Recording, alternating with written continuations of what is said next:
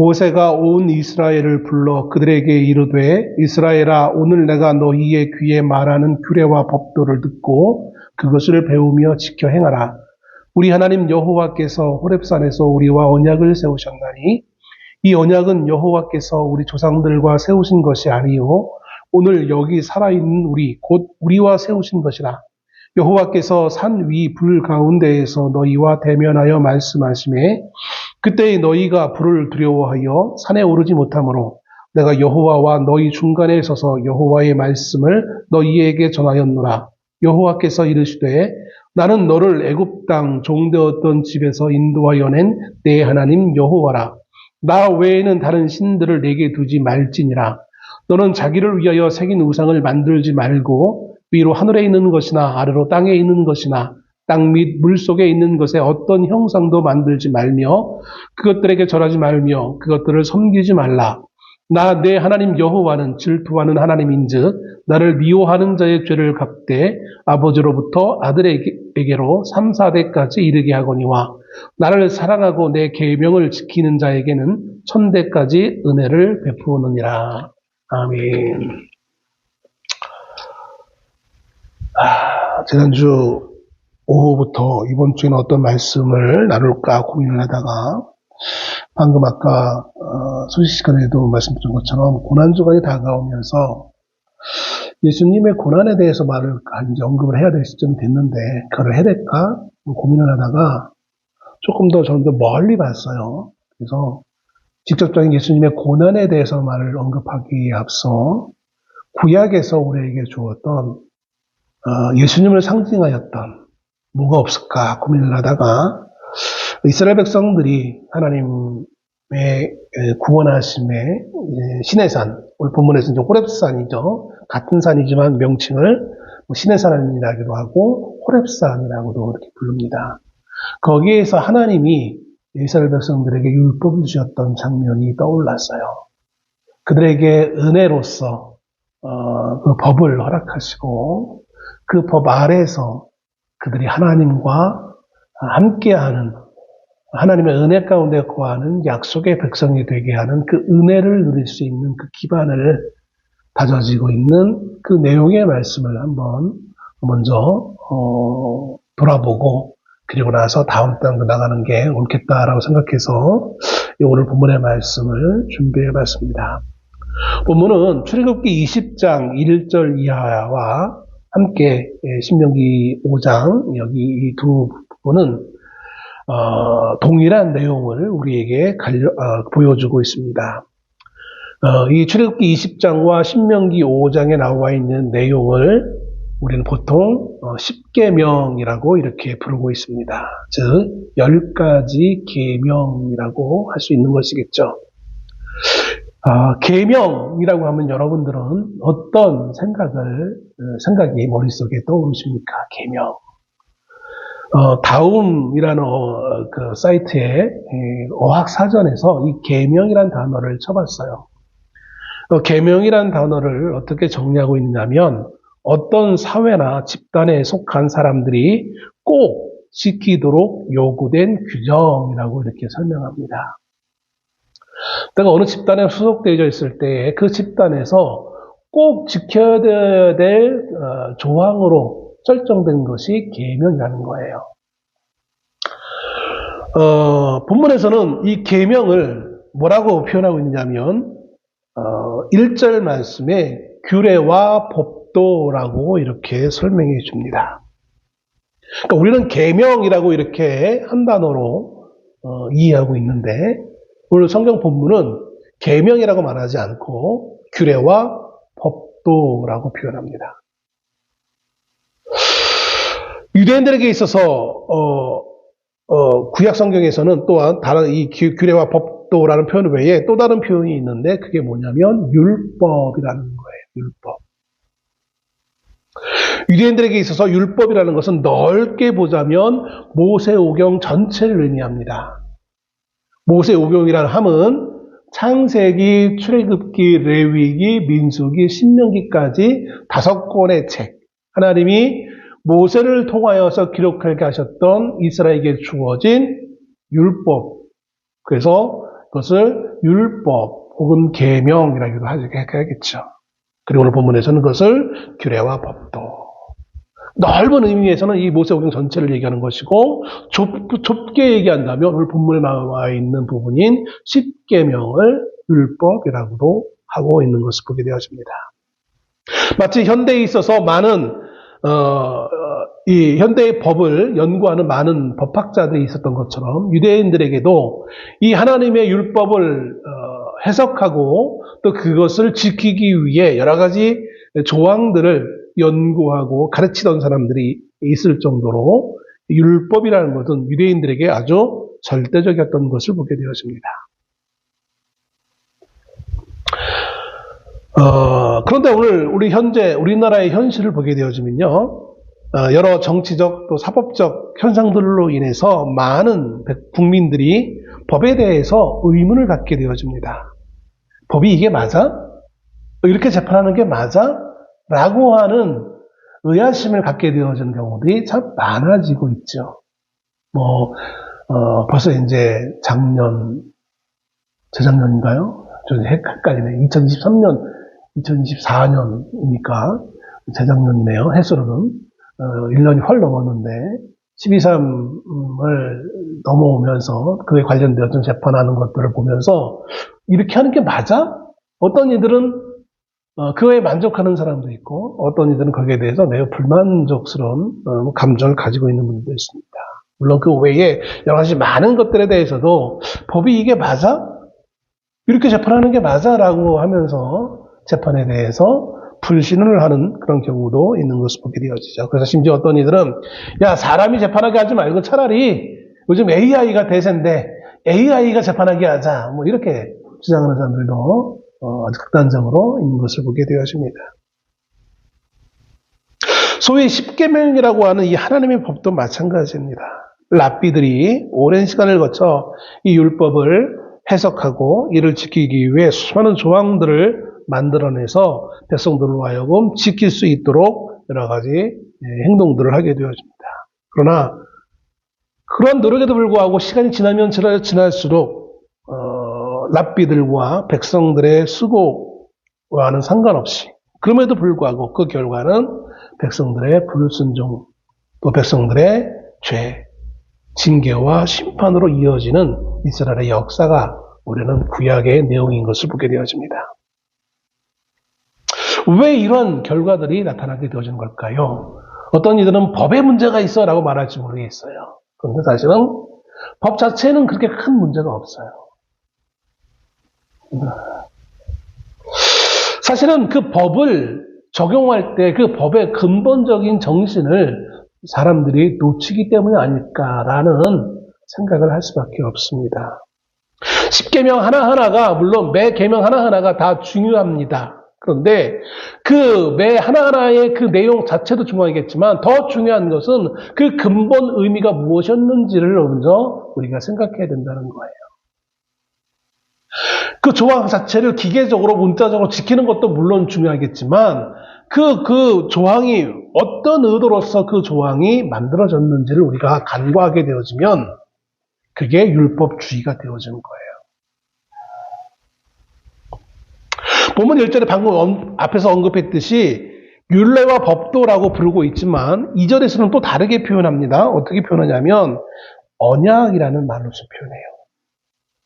이 규례와 법도는 다른 말로 언약이라고 표현한다는 겁니다. 자, 한번 여러분 생각해 보세요. 율법이라는 단어와 언약이라는 단어를 같이 놓고 생각해 보세요. 어떤 게 더 비중이 있는 것처럼 느껴지십니까? 우리식으로 얘기하면 법과 약속이에요. 법이 더 무겁게 느껴집니까? 약속이 더 무겁게 느껴집니까? 우리의 관념상 법은 꼭 지켜야 되는 것이고 약속은 안 지켜도 조금 큰 문제가 없는 걸로 여길 때가 참 많아요. 우리는 생물의 진화만 말하는 것이 아니라 문명의 진화도 얘기합니다. 모든 것들이 다 진화해왔어요. 그래서 우리는 옛날 거 되면 다 미개인이고 무식한 거고 좀 뒤떨어진 거고, 이렇게 생각해요. 우리는 그런 식으로 교육을 받아왔어요. 그렇지 않아요? 학교에서 예전에 뭐 어느 문명은 좀 발달한 문명이었고 어느 지역의 문명은 좀 미개한, 좀 발달이 덜해서 좀 미개한 문명이었다. 뭐 이런 식으로 너무 자연스럽게 학교에서 그렇게 칠판에 선생님들이 써가면서 가르치는 걸 들어왔어요. 근데 오늘날 교육은 그렇지 않아요. 문화라는 것은 미개하고 발달하고의 개념이 아닌 거예요. 그 시대의 시대를 대변하고 있을 뿐인 것이지 어떤 문화가 더 발달했고 어떤 문화는 미개했다라고 하는 것은 그건 다 개인의 입장인 것이지 절대적으로 옳은 것은 아니라는 거예요. 문화라는 것은 상대적인 것이다. 법과 약속을 얘기했을 때 법은 꼭 지켜야 되고 약속은 좀 더 안 지켜도 뭐 비난은 받을 수 있겠지만 큰 문제가 없는 걸로 우리는 인지하고 있지만 그건 오늘날 우리 시대의 관점에서 그런 것이지 과거 오래전 시대로 돌아갔을 때 봤을 때에는 그렇지 않다라는 거예요. 마치 과거에 모든 제도가 잘 정비되지 않았을 때에 그때는 법이란 것이 없었으니까 약속만 하고 대충 그렇게 살았던 걸로 우리는 그렇게 해석하고 있지만 그러나 고대 자료가 발견되면 발견될수록 그렇지 않은 것을 자꾸 확인하게 되어진다는 거예요. 특별히 오늘 성경도 마찬가지예요.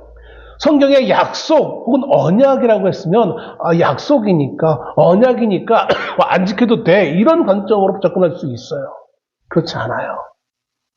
구약에서 말하고 있는 이 언약이라는 것은 지켜도 그만 안 지켜도 그만이 아니라 반드시 지켜야 되는 거예요. 약속을 지키지 않으면 단지 그냥 너 약속 안 지켰으니까 참 신용이 없는 사람이야 이렇게 비난만 받는 걸로 끝나는 것이 아니라 심지어 목숨까지도 내놓아야 되는 매우 절대적인 것이었습니다. 그래서 언약을 맺을 때 반드시 우리가 성경에 보면 하나님과 아브라함 사이에 언약을 맺을 때 어떻게 합니까? 재물을 잡잖아요. 피를 흘리게 해요. 그 이유가 내가 이 언약을 지키지 않으면 내 목숨으로 감당하겠다는 의미인 거예요. 오늘날에 흔히 말하는 법 앞에 법을 지키지 않았기 때문에 내가 육체적 어떤 제재를 받아서 몇 년간 교화시설에 가서 있는 그런 개념이 아니라 생명을 내놓아야 되는 거였어요. 어떻게 보면 훨씬 더 지금보다 훨씬 더 큰 의미로서의 내용이 언약인 것을 보게 되었습니다. 본문 1절에서부터 6절까지 하나님은 모세를 통하여서 이 언약이 주어지게 되어지는 과정을 설명해 줍니다. 단지 이것은 계명의 문제가 아니라 혹은 십계명 차원의 계명의 문제가 아니라 언약의 관점에서 바라봐야 되는 거예요. 오늘 교회에는 이것을 그냥 10계명 그래서 1계명 2계명 3계명 이렇게 해가지고 그 계명 조항 하나하나 그것도 전체가 아니라 아주 단순한 한 문장 하나만 기억하면서 그것을 마치 모든 10계명을 다 이해한 것처럼 착각하게 만드는데 그렇지 않다라는 거예요. 이것은 하나님과 백성 사이의 언약이요. 언약이라는 것은 상호 관계에 있는 거예요. 6절에 이렇게 기록합니다. 나는 너를 애굽 땅 종되었던 집에서 인도하여 낸 네 하나님 여호와라. 사실 이 말씀은 출애굽기 20장 1절에서 2절에 있던 말씀을 그대로 인용하고 있어요. 출애굽기 20장 2절에 나와 있는 말씀을 그대로 다시 한번 반복적으로 기록해 줍니다. 왜? 이 약속이 언약이 대상자가 누구인지를 분명하게 말씀해 주고 있는 거예요. 언약의 당사자는 그는 누구도 아니라 바로 하나님과 이 언약의 말을 듣고 있는 백성들이라는 사실을 먼저 밝히고 있습니다. 이 양 당사자 한쪽은 여호와 하나님이셨고 한쪽은 백성들이었습니다. 그런데 이 백성들은 어떤 백성들이냐? 원래는 종이었던 사람들이었어요. 애굽 땅에서 종되었던 집 거기에서 하나님이 그들을 인도해 내셨다는 거예요. 종이라는 것은 아무런 권리가 없는 사람이었어요. 언약을 가질 수 없는 사람이에요. 그런데 하나님은 그들을 이끌어내서 이 언약을 맺을 수 있는 자리로 이들을 격상시켜 주신 거예요. 물론 하나님이 이스라엘 백성들을 애굽에서 구원내신 것에 여러 가지 관점에서 설명할 수 있어요.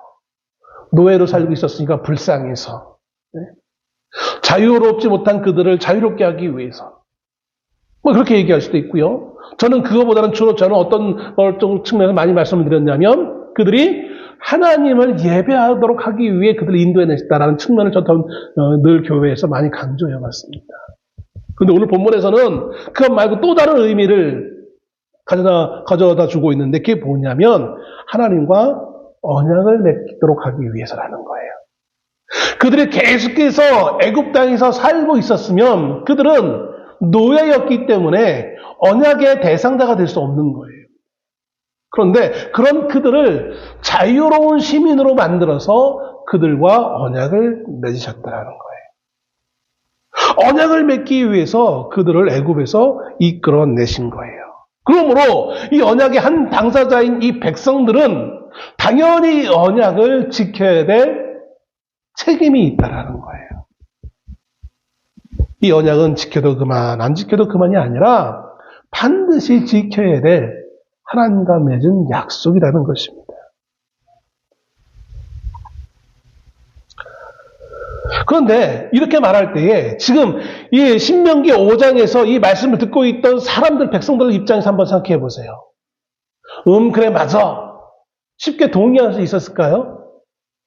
왜냐하면 이미 애굽에서 나올 때 성인이었던 모든 사람들은 모세와 아론과 훌을 빼놓고는 다 죽었어요. 애굽에서 나올 때 겨우 최고 많이 20세 됐던 사람이 지금 이 말씀을 들을 때 최고 연장자예요. 한 60이 됐겠죠. 그들 입장에서는 그 우리 아버지랑 맺은 거지 나랑 맺은 거 아닌데? 라고 말할 수 있다는 것이겠죠. 이게 별거 아닌 언약이라면 뭐 그래 뭐 지켜주지 라고 할 수도 있겠지만 이건 생명과 관련되어지는 거거든요. 그랬을 때 비겁하게 책임을 물을 수 있어요. 이건 우리 아버지가 한 거지 내가 한 거 아니에요. 이렇게 말할 수 있다는 거예요. 하나님은 그것을 또 아주 전능하신 하나님이기에 이미 알아요. 피할 길을 꽉꽉 막아놓고 계세요. 어떻게 막아놓고 계십니까? 3절에 보니까 이 언약은 여호와께서 우리 조상들과 세우신 것이 아니요 오늘 여기 살아있는 우리 곧 우리와 세우신 것이라. 그러니까 너희가 자칫 지금 마음속에 생각하기를 그거 우리 아버지랑 한 거지 나 한 거 아니에요 라고 생각하는 사람이 있을 거야. 그런데 그게 아니라 너와 우리와 하나님이 맺은 거야. 네? 이렇게 말할 때에 대부분의 사람들은 그래라고 하지 못했을 거예요. 왜냐면 엄밀하게 팩트로 보면 우리 아버지지 어떻게 우리야 말도 안 돼 이게 궤변이야 라고 말할 수도 있겠다는 것이겠죠. 그런데 그 궤변이 아닌 것에 대해서 이제 이어져서 모세는 설명합니다. 4절에 보니까 여호와께서 산 위 불 가운데서 너희와 대면하여 말씀하시매. 어디에서 말씀하셨다고요? 산 위, 불 가운데서. 하나님이 이 산은 신의 산, 본문을 통해서 본다면 호렙산이에요. 이 호렙산에서 이제 백성들과 만나서 대면하여 이 언약의 말씀을 나누어야 되는데 문제는 뭐냐면 5절에 그때에 너희가 불을 두려워하여 산에 오르지 못함으로 불이 두려워서 산에 올라가지 못했대요. 여기서 말하는 불은 뭡니까? 하나님을 상징하고 있어요. 네?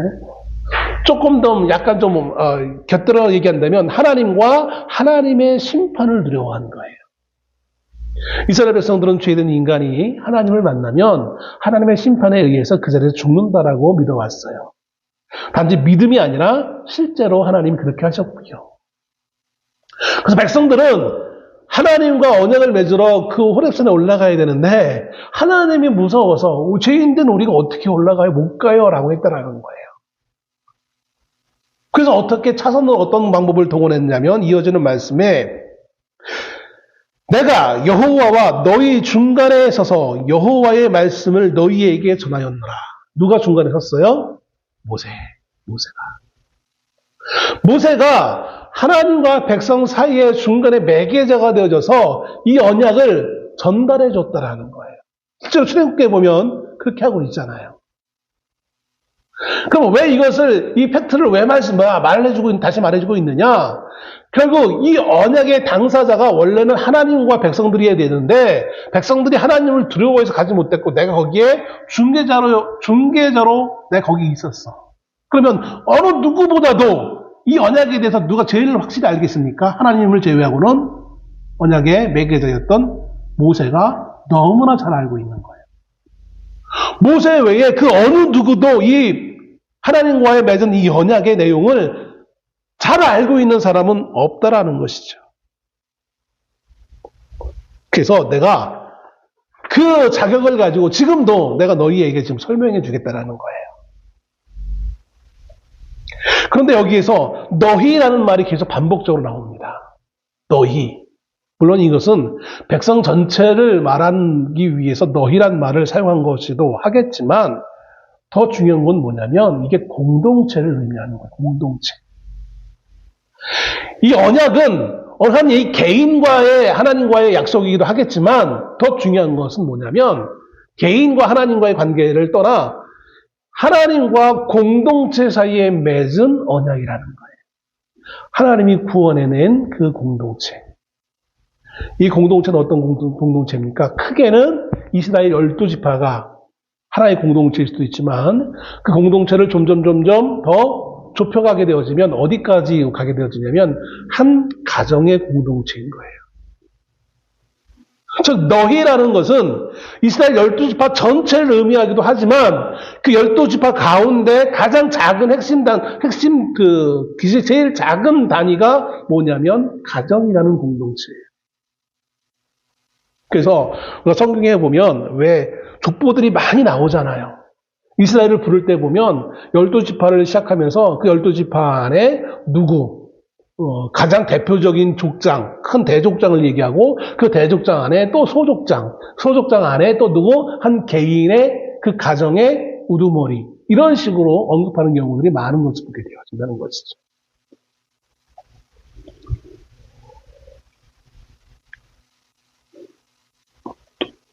언약을 불신해서 불순종한 것은 출애굽 1세대들이 맞아요. 그러나 이 언약을 듣고 배우며 지켜 행할 이들은 광야에서 죽은 자들만 해당되어지는 것은 아니에요. 1절 하반절에 뭐라고 표현하고 있습니까? 규례와 법도를 듣고 그것을 배우며 지켜 행하라. 이 말씀은 출애굽 1세대 어른들에게만 해당되어지는 것이 아니라 그들의 자녀에게도 해당되었다는 말씀이에요. 단지 그 당시 그 가정의 가장 어른이 대표해서 우리식으로 얘기하면 도장을 찍었을 뿐인 것이지 사실은 그 모든 가정이 하나님 앞에 언약을 받은 것으로 이해하는 것이 합당하다는 거예요. 그래서 그 다음 세대들은 어른 세대와는 다르게 그것을 듣고 배우고 지켜야 된다는 것이죠. 또 여기에 이어지는 말씀으로 본문의 마지막 부분에 이렇게 기록합니다. 9절 하반절에 나를 미워하는 자의 죄를 갚되 아버지로부터 아들에게로 3, 4대까지 이르게 하거니와 나를 사랑하고 내 계명을 지키는 자에게는 1000대까지 은혜를 베푸느니라. 이 말씀을 교회는 어떻게 해석을 하냐면 죄는 아버지로부터 아들에게까지 3, 4대까지만 은혜는 1000대 이르기까지 죄를 묻는 것은 3대까지만 하고 은혜는 1000대까지 이런 식으로 문자적으로만 이해하는 경우도 있고요. 또 어떤 같은 경우는 그렇게 하면 너무 또 이상하니까 아버지의 죄에 대한 책임을 아버지에게도 묻겠다라는 식으로 이해하면 이게 또 문제가 발생하는 경우가 있어요. 하나님 또 다른 말씀과 상충되어지기 때문에. 그래서 이것을 아버지가 죄를 졌는데 왜 아들이 대신 책임을 묻습니까? 이건 연고제 이거는 부당합니다라고 말할 수 있으니까 어떻게 이걸 교회에서 해석했느냐면 이건 죄의 영향력이다라고 해석을 한 경우가 과거에 많았어요. 아버지가 죄를 졌기 때문에 아들에게 책을 묻는 것이 아니라 아버지가 지은 그 죄의 영향력이 아들에게까지 이어질 뿐인 거야. 이렇게만 해석을 하려고 했어요. 그래도 불구하고 그게 뭔가 좀 미진해요, 사실은. 반면에 은혜는 천대까지 하니까 죄를 묻는 것보다 은혜를 얼마나 더 많이 하나님이 더 폭넓게 주시냐. 그래서 은혜에만 방점을 그것만 막 설명하려고 했어요. 그러나 오늘 본문의 말씀은 그것을 설명해 주기 위한 것이 아니라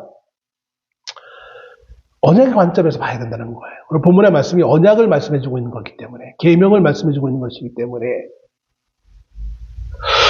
언약의 당사자가 백성 한 개인에게서 끝나는 것이 아니라 공동체 전체에 함께 한다는 거예요. 지금에야 핵가족, 1인 가구 해가지고 혼자 사는 사람들도 많이 있잖아요. 그런데 과거에는 어땠습니까? 가정이라고 해가지고 할아버지, 아들, 손자, 3대가 함께 모여 사는 것이 흔했어요. 과거에는. 평생 자기 동네 한번 바깥을 벗어나지 않고 3대가 짧은 기간이긴 하겠지만 3대가 함께 사는 경우가 얼마나 많았습니까? 성경에는 그런 것들이 많아요. 바로 그것을 의미하는 거예요. 아버지로부터 아들에게로 3, 4대까지 그 죄를 갚다는 것은 진짜 3대까지 그 죄에 대한 징계를 하겠다는 의미가 아니라 그 3대가 하나의 공동체로 살아가기 때문에 그 공동체성 가운데 책임을 묻는 거라는 것이죠. 그게 대대로 저주를 끊어라 하는 어떤 사람들이 주장했던 것처럼 그런 것을 의미하는 것이 아니라 하나의 공동체성을 설명하기 위해 3대를 말하고 있는 거예요. 반면에 은혜의 천대라는 것은 하나님이 주신 그 은혜, 그 언약이 영원함에 대한 것을 상징적으로 표현하고 있는 것이 은혜를 천대까지 베푼다라는 말씀으로 비유적인 개념으로 설명해주고 있는 거예요. 그렇기 때문에 이 언약은 당사자는 너희 아버지 한 사람으로 끝나는 것 같이 보이지만 사실은 너희에게도 해당되어진다는 거예요. 이 신명기는 출애굽 1세대가 다 죽은 다음에 2세대가 약속의 땅에 들어가기 바로 직전에 모세가 다시 백성들을 모아놓고 마음가짐을 같이 다짐하면서 이 기록한 말씀이 신명기서란 말이에요. 너희 아버지에게만 해당되는 언약이 아니라 너희에게도 당연히 해당되어지는 것이다라는 것이죠. 그러면서 이 언약의 말씀을 다시 한번 선포하고 있는 거예요. 그러면서 첫 번째 이제 언약을 말씀해 주고 있는 것입니다. 첫 번째 언약이 뭐였습니까? 나 외에는 다른 신들을 내게 두지 말지니라. 10계명을 저 10개를 전부 다 하기에는 시간이 부족하고 그래서 저는 딱 10절까지 딱 2계명만, 핵심적인 2계명만을 가지고 오늘 말씀을 전하고 있는 중입니다. 그 첫 번째 계명은 나 외에는 다른 신들을 내게 두지 말지니라 라고 말씀합니다. 이것은 백성들이 누구를 섬겨야 되는지 섬김의 대상을 확실하게 하고 있어요. 소위 말하는 제1계명이죠. 하나님만 섬겨야 돼. 아주 쉽게 얘기한다면. 백성들은 우리는 하나님만을 섬겨야 돼 라고 짧은 이 한 문장으로 우리는 끝납니다. 그런데 여기에는 어떤 의미가 있냐면 이건 정당한 하나님의 권리를 말하고 있는 거예요. 누구의 권리요? 우리의 권리? 아니에요. 하나님의 권리, 하나님의 권리. 언약이라는 것은 제가 앞에서 말씀을 드렸습니다. 반드시 지켜야 될 조항이에요. 하나님과 백성들 사이에 반드시 지켜야 될 조항이에요. 약속이에요. 그런데 이거는 누구를 향한 것이냐? 하나님을 향해 우리 백성들이 반드시 지켜야 되는 거예요. 왜? 하나님이 너희를 약속의 한 대상으로 세우시기 위해 너희를 이끌어내셨기 때문에. 이 땅의 모든 생물들이 하나님이 만드신 존재이긴 하지만 하나님이 의도적으로 창세기에서 이 말씀을 시작하지 않아요. 이 말씀의 시작은 어디서부터 시작합니까? 이스라엘 백성들을 애굽에서 건져내신 것부터 시작해요. 의도적으로 하나님은 내가 창조주 하나님이니까 라고 말씀하시지 않아요. 그렇게 할 수도 있는데 굳이 창세기 1장의 말씀을 인용하는 것이 아니라 출애굽기에 나와 있던 이스라엘 백성들을 구원해내심으로부터 시작하는 거예요. 여러분, 우리가 교회에 나와 있는 것도 마찬가지예요. 물론 더 근본적으로 하나님 우리를 지으셨기 때문에 창조주 하나님이시기 때문에 우리가 섬기는 거 맞지만 더 직접적인 건 뭐냐면 우리를 구원하신 분이기 때문에 우리가 그리스도를 예배하는 거예요. 하나님을 예배하는 거예요.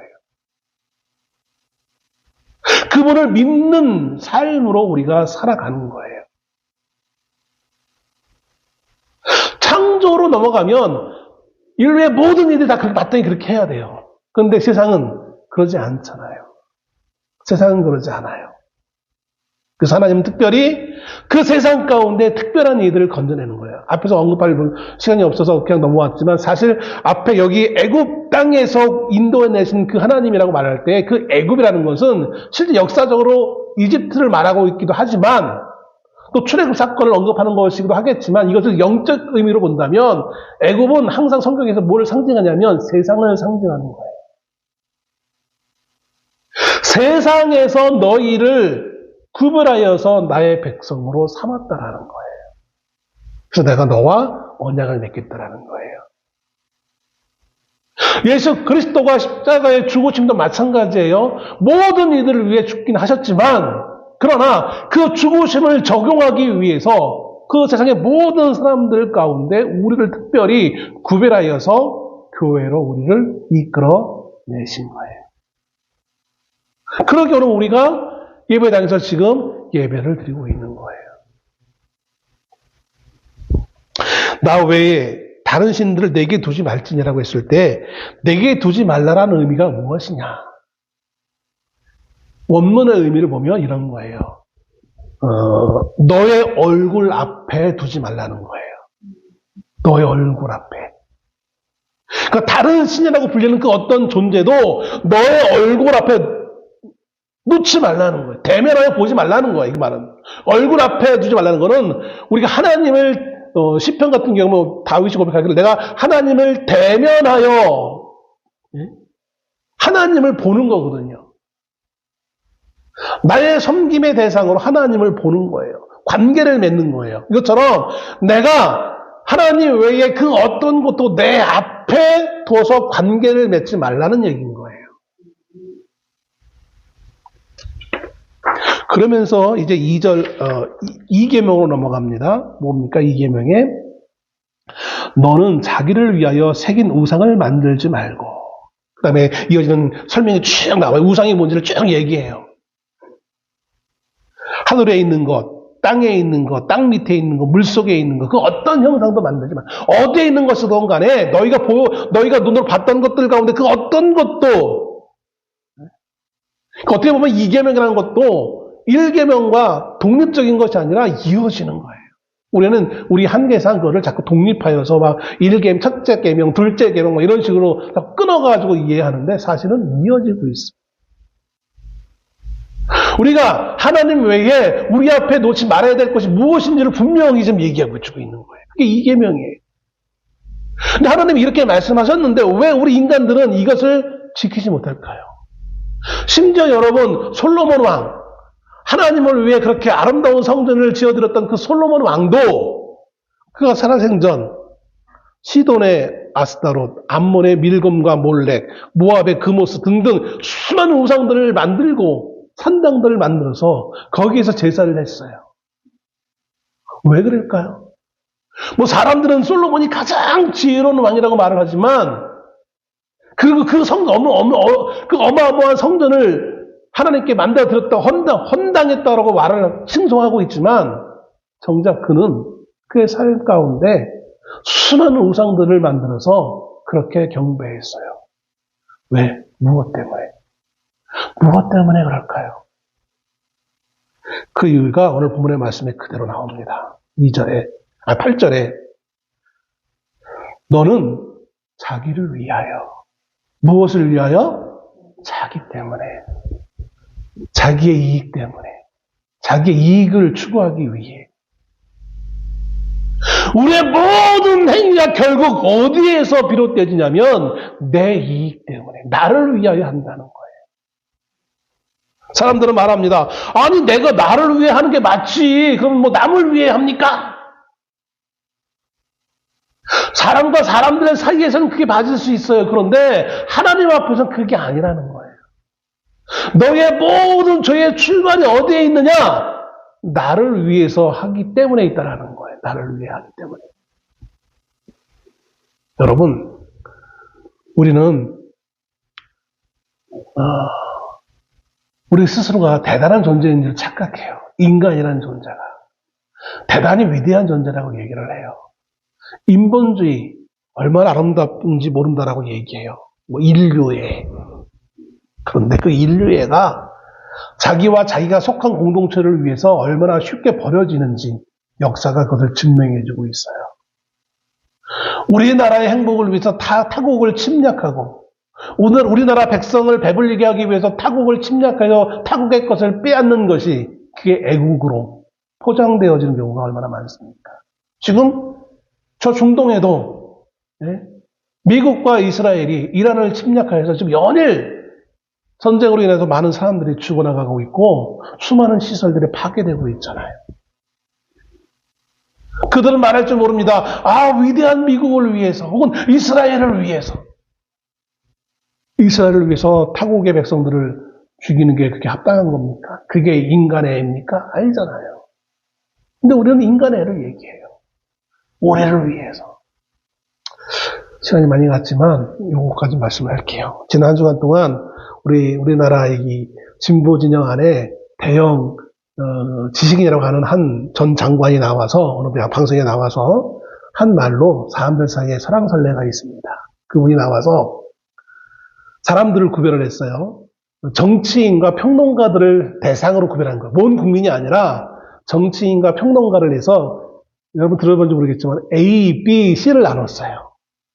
A는 가치에 더 우선순위를 두고 있는 사람, B는 이익에 우선순위를 두고 있는 사람, 그리고 C는 가치를 지향하긴 하지만 그래도 가치만 가지고 살 수 없으니까 이익도 차려야 되지 않을까라고 해서 가치와 이익을 함께 추구하는 사람, 그걸 B, 그걸 이제 일종의 교집합이라고 이렇게 설명을 했어요. 그분은 의도적으로 정치인들과 그 정치인들 평론하는 평론가를 대상으로 표현을 했어요. 왜냐하면 전 국민이 그런다고 했을 때는 또 여러 가지 문제가 생길 수도 있으니까.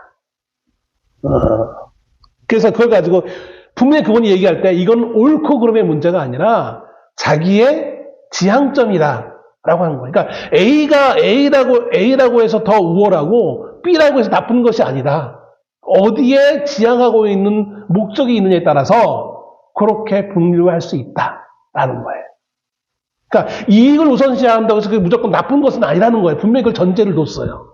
그럼에도 불구하고 어떤 이들이 전 국민을 A, B, C로 나눠가지고 갈라치기 하고 있다라고 막 열받아가지고 찔려서 그랬는지 자기 방송에서 의도적으로 자기는 나는 돈을 좋아해요. 돈을 보면 통장에 찍히는 돈을 보면서 나는 사람들이 비난을 해도 나는 거기에 휩쓸리지 않고 난 마음을 평안을 얻습니다. 자랑스럽게 대놓고 얘기하다가 갑자기 자기를 그 B로 놨다고 그 사람이 그 자기를 B라고 언급하지도 않았어요. 근데 본인이 개인 찔려가지고 대놓고 이제 지금 자기와 자기를 추종하는 사람들에게 지령을 내리고 있어요. 그러면서 자기는 게을러서 밤에만 방송하지 아침에는 방송하지 않겠다고 못한다고 하다가 얼마나 열받았는지 자기가 지금 은행 가서 대출 받으려고 준비 중에 있다라고 자기 방송에 나와서 그래서 자기도 아침 방송 하겠노라고 모르겠어요. 그게 얼마나 열받아서 그런지 모르겠지만 그게 과연 될까라는 염려스러움도 있고 얼마나 갈까 시작은 어떻게 하겠지만 그게 갈까 과연 인간들 사이에서는 사람들 사이에서는 A, B, C 이렇게 말할 수 있어요. 근데 그거는 인간 사회에서인 거고 뭐 A가 오르니 B가 오르니 C가 오르니 다 설왕설래할 수 있어요. 그런데 그걸 떠나 하나님 앞에서는 A도 똑같고 B도 똑같고 C도 똑같아요. 그 가치라는 것도 뭐 누구를 위한 가치예요? 인간을 위한 가치예요. 성경은 그 인간을 위한 그 모든 가치는 다 사람들은 정의로워라고 말할지 모르겠지만 하나님 보시기에는 그것도 정의로운 것이 아니에요. 왜냐하면 그 가치 때문에 가치를 지향하는 그 자세 때문에 또 다른 이들을 난도질할 수도 있기 때문에 그래요. 우리나라를 위한 그 가치가 다른 나라를 침략하는 것에 정당화를 가질 수 있어요. 사람을 위한 그 가치가 또 다른 생물에게는 죽음을 선고할 수도 있다는 거예요. 모든 우리가 우리가 처음 예배 임례할 때 우리가 찬송을 했지만 만유의 주 되신 하나님 입장에서 봤을 때는 인간도 하나님이 지으신 모든 만물 가운데 하나에 불과해요. 물론 좀 다른 특별한 의미가 있긴 있지만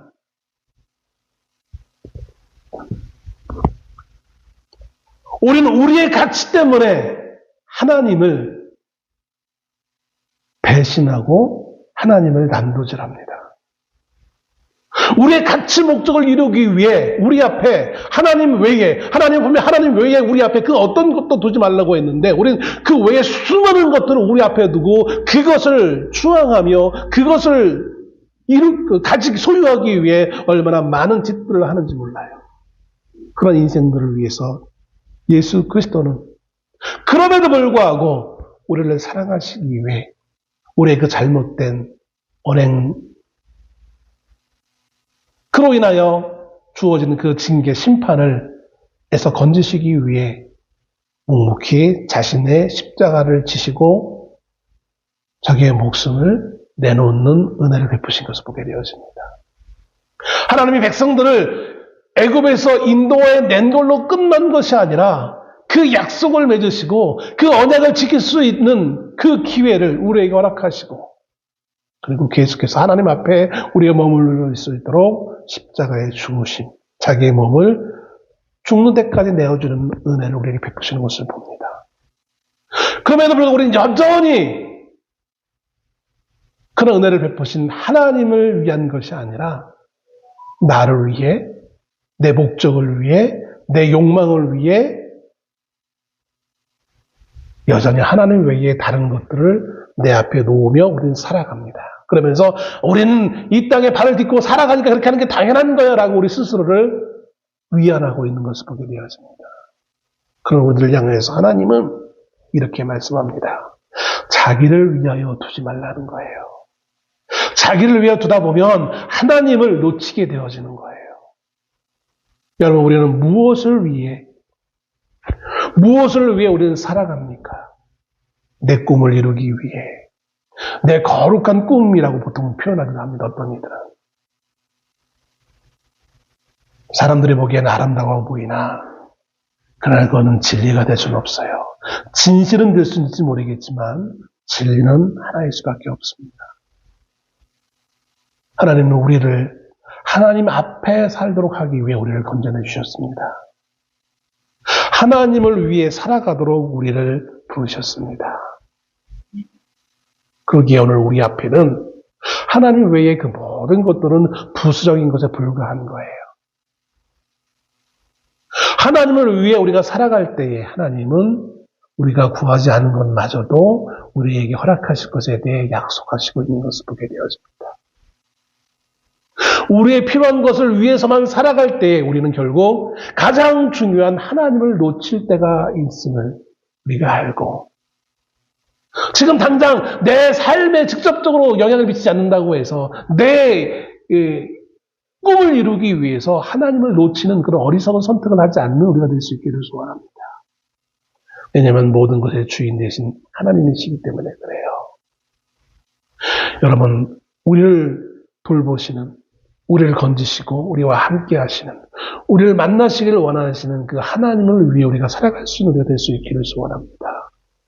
우리가 하나님을 위해 살아가다 보면 지금 우리 앞에 놓여있는 수많은 육신의 문제들이 얼마나 작은 것인지를 알게 되어지는 날이 올 것입니다. 여전히 그 문제가 우리가 보기에는 큰 문제이긴 하겠지만, 그러나 그것이 하나님의 사랑, 하나님과 하나님의 사랑 앞에 얼마나 작은 것인지 알 수 있는 날이 분명히 우리에게 있음을 알고 그분을 향한 소망을 가지고 나아갈 수 있는, 나를 위해, 내 꿈을 위해가 아니라 하나님을 위해, 나를 건지신 하나님을 위해 살아갈 수 있는 우리가 될 수 있기를 소원합니다. 제가 늘 자주 말하지만 내가 음식을 먹는 이유는 나를 위함이 아니라 하나님을 위해 살기 위해 음식을 먹는 거예요. 내가 화장실을 가는 이유도 먹어서 당연히 배출하기 때문이 아니라 그거는 동물적 내용인 것이고 내가 그걸 잘 배출해야 하나님을 위해 살 수 있기 때문에 배출하는 거예요. 내가 호흡을 하는 이유도 그냥 단지 육신의 생명을 연장하기 위함이 아니라 하나님을 위해 살기 위해 내가 호흡을 하는 거예요. 똑같이 호흡을 하지만 호흡하는 목적이 다른 거예요. 왜 달라요? 우리 앞에 하나님이 계시기 때문에 그런 거예요. 기도합시다.